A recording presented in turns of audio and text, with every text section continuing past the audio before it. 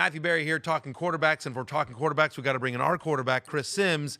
Cris, help me understand something. Okay. So Aaron Rodgers was Davante Adams. Right. Davante Adams is great. We get it. We know it. No doubt. One of the best wide receivers in football. Right.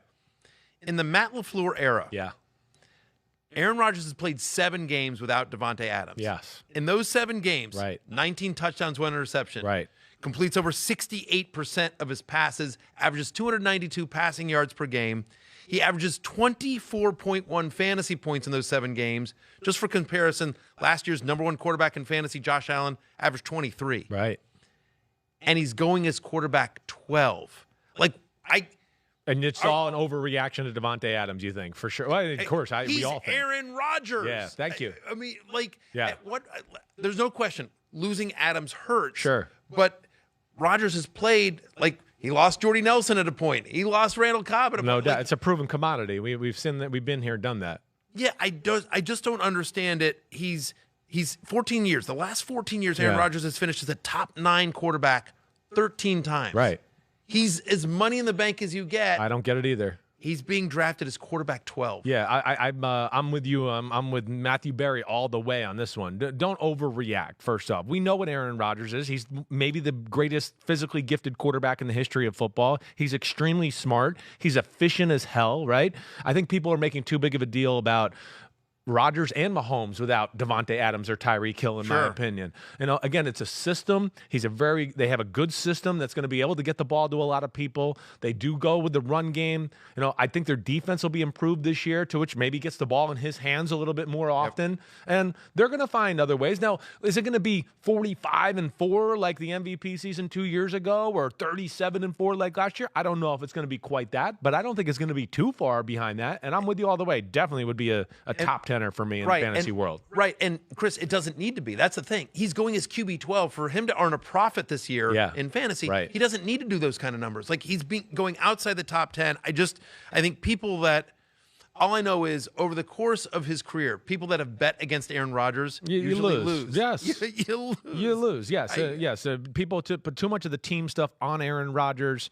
He is the team, and I'm with you. I think he's as motivated and on his game as ever to not think that he's not going to go out there and still be one of the best quarterbacks in football. And then with that offense, and I know there's some unproven commodities at receiver and all that, I still think it'll be good enough to where, it's gonna appeal to all the fantasy owners out there. Yeah, he's going to use his running backs more. You'll see A.J. Dillon, Aaron Jones involved in the passing game. He's getting Robert Tonyan back, who scored a ton of touchdowns. Yeah, 2 years ago. Exactly. Yeah, sure. So, and I do think people are sleeping on Lazard. I'm with you there, and I love the rookie Watson. Christian Watson. I love him. I mean, he was one of my favorite receivers in the draft. So I think he can be about as explosive as a receiver that Rodgers has had ever in his career. I think Watson has that type of explosive ability. Yeah. You crunch the tape as well as anyone, so that's big praise from you. I want to move on. So one of the big things in fantasy, Cris, is obviously looking for undervalued assets. And here's a guy that isn't sexy, that no one's going to be like, ooh, when you draft him, no one's going to be like, ooh, like he ain't Trey Lance. Yeah. But I got a crazy list for you. Yeah. Here's the entire list. I looked this up. Here's the entire list of quarterbacks who've thrown at least 30 touchdown passes each of the last 2 years. Aaron Rodgers, Tom Brady, Patrick Mahomes, Josh Allen, Justin Herbert, and Kirk Cousins. Yeah, I like it. No one likes Kirk Cousins. Nobody does. No one likes him. But the fact of the matter is, Kirk Cousins last year threw for 4,000 yards. He's thrown for 4,000 yards each of 6 of the past 7 seasons. Okay? He's been a top 12 fantasy quarterback each of the last 2 years. And last year, under Mike Zimmer, Vikings were bottom 14 in the NFL in passing rate. Yeah. Now they get Kevin O'Connell and Wes Phillips from the Rams, who just helped Matthew Stafford get to a top 5 fantasy finish last year in Los Angeles. Right. All of his weapons are back. He's got Justin Jefferson and Adam Thielen. He's got Dalvin Cook back. He's got a healthy Irv Smith.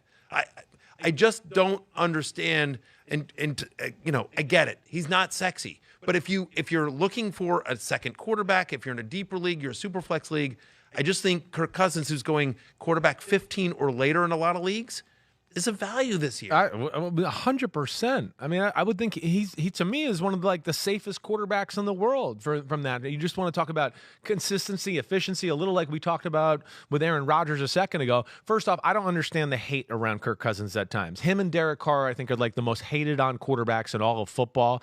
And, I think a little bit with Kirk Cousins is just because of the contract situations. People are mad he's made this much money. You said it right. He's not a superstar. He's not Mahomes or Josh Allen. No. But where I think like you're on the right track here, first off, yes, accurate, extremely good decision maker, and a better down the field, explosive, big play thrower than people give him credit for. And now to what you're saying, I think here is he's got Kevin O'Connell. Yeah. It's the best offensive mind he's had around him before. Yes. O'Connell knows all about Kirk Cousins because Cousins was with McVay. So there is a respect here. So he's going to give him some answers and some things in the playbook that I think haven't been available for Kirk Cousins the last few years, let alone the two receivers you talked about, Thielen and Jefferson. KJ Osborne's not bad. The tight end being healthy and back. I think those are all positives. I'm with you. I'm interested to see what this new offense looks like under O'Connell. Kevin O'Connell was hired with the idea of when they were looking for a coach, they were like, who's going to work with Cousins? Right. I mean, they're committing, what is it, $41 million to it?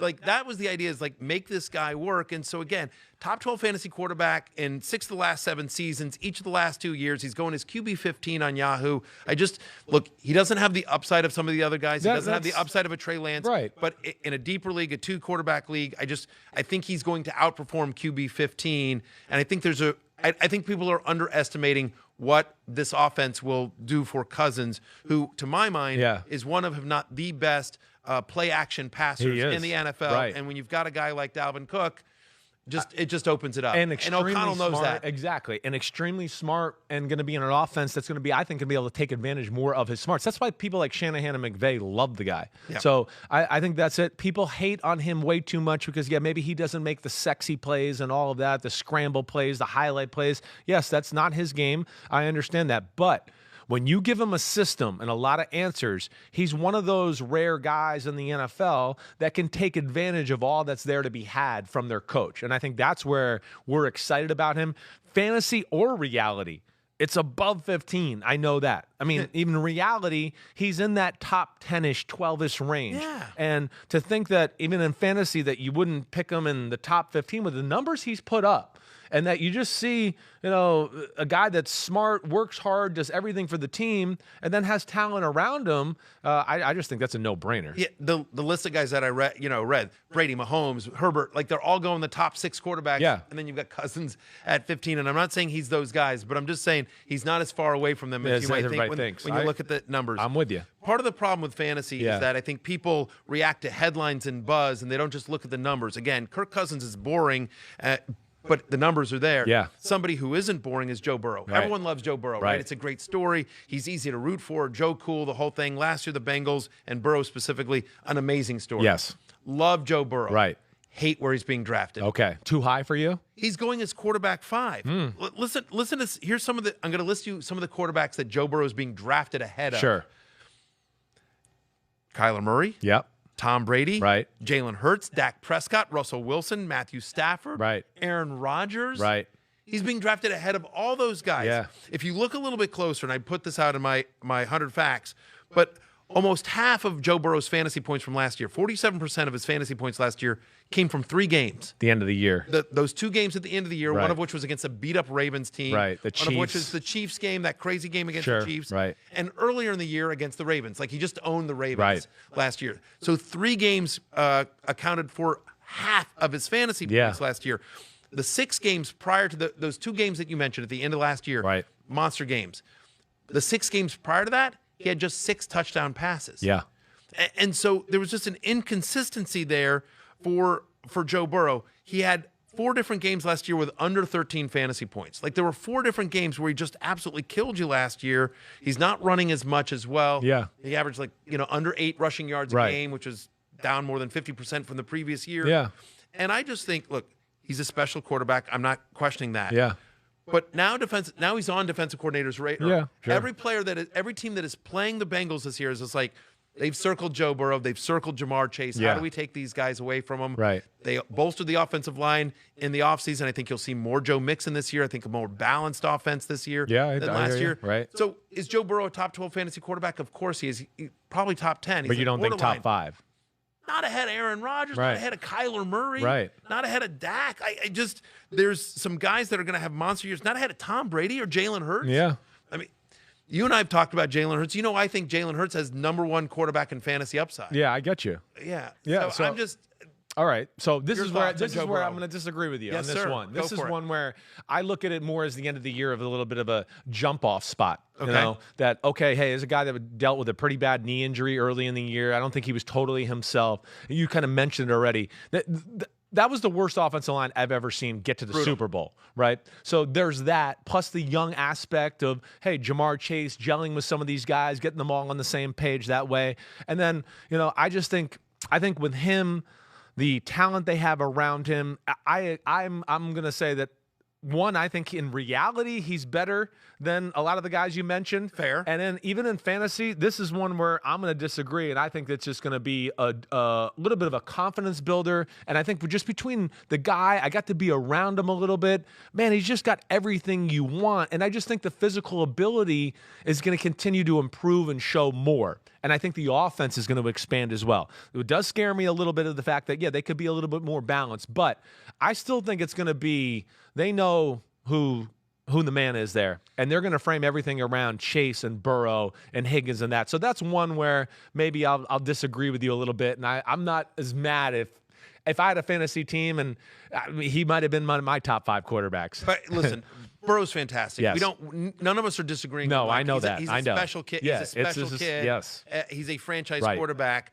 For me, the problem is to draft a quarterback in the top 5 that doesn't run. Yeah. That isn't a guy like Lamar Jackson Sure. or Kyler Murray. I know. somebody It's such like a that. big aspect It's of this. I get Jalen it. Hurts, you know, Right. Josh Allen. For somebody that doesn't run, which he doesn't run, Yeah. he needs to throw touchdown passes at a Tom Brady-like rate Right. to be worth a top 5 pick. Yeah. I just don't know. You're that not he sure gets he's gonna there. do that. I Yeah. just don't know that he's going to get there. I get that. I would think the running's going to get better. Okay. Just because of the knee being healthy. Right, he's healthier this year. So I would think that. And then here's the other thing that, like, you know, the talent, the offense, yes, we like that, right? But I also with the healthy, the one thing I love about him, Yeah.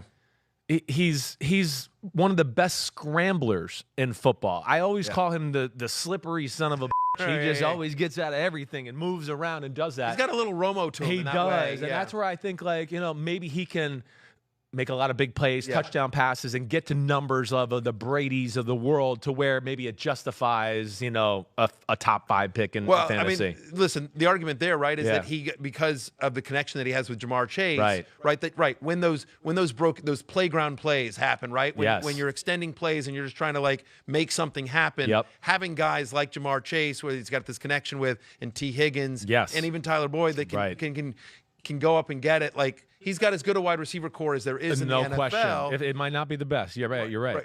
Yeah. So, look, I will say this. Yeah. Yahoo agrees with you. Like the fantasy players on Yahoo agree with you. They're drafting him as a top 5 guy. You've got him there. All right. I just think he's being overhyped because he's fun to root for. I hear you. Story. Yeah, exactly right. Yes. So for me, I'm concerned about the rushing. I understand your concern, and you're the fantasy expert. This, yeah, it's okay. It's all right. See. I mean, we're going to be doing a lot of this stuff together. I mean, if we always agree on everything, nobody's going to like watching us. That's not going to be any fun. So I'm going to push back on you every now and then. There you go. We'll check back in a year and see who was right on Joe Burrow. Hi, I'm Mike Tirico, and thanks for watching.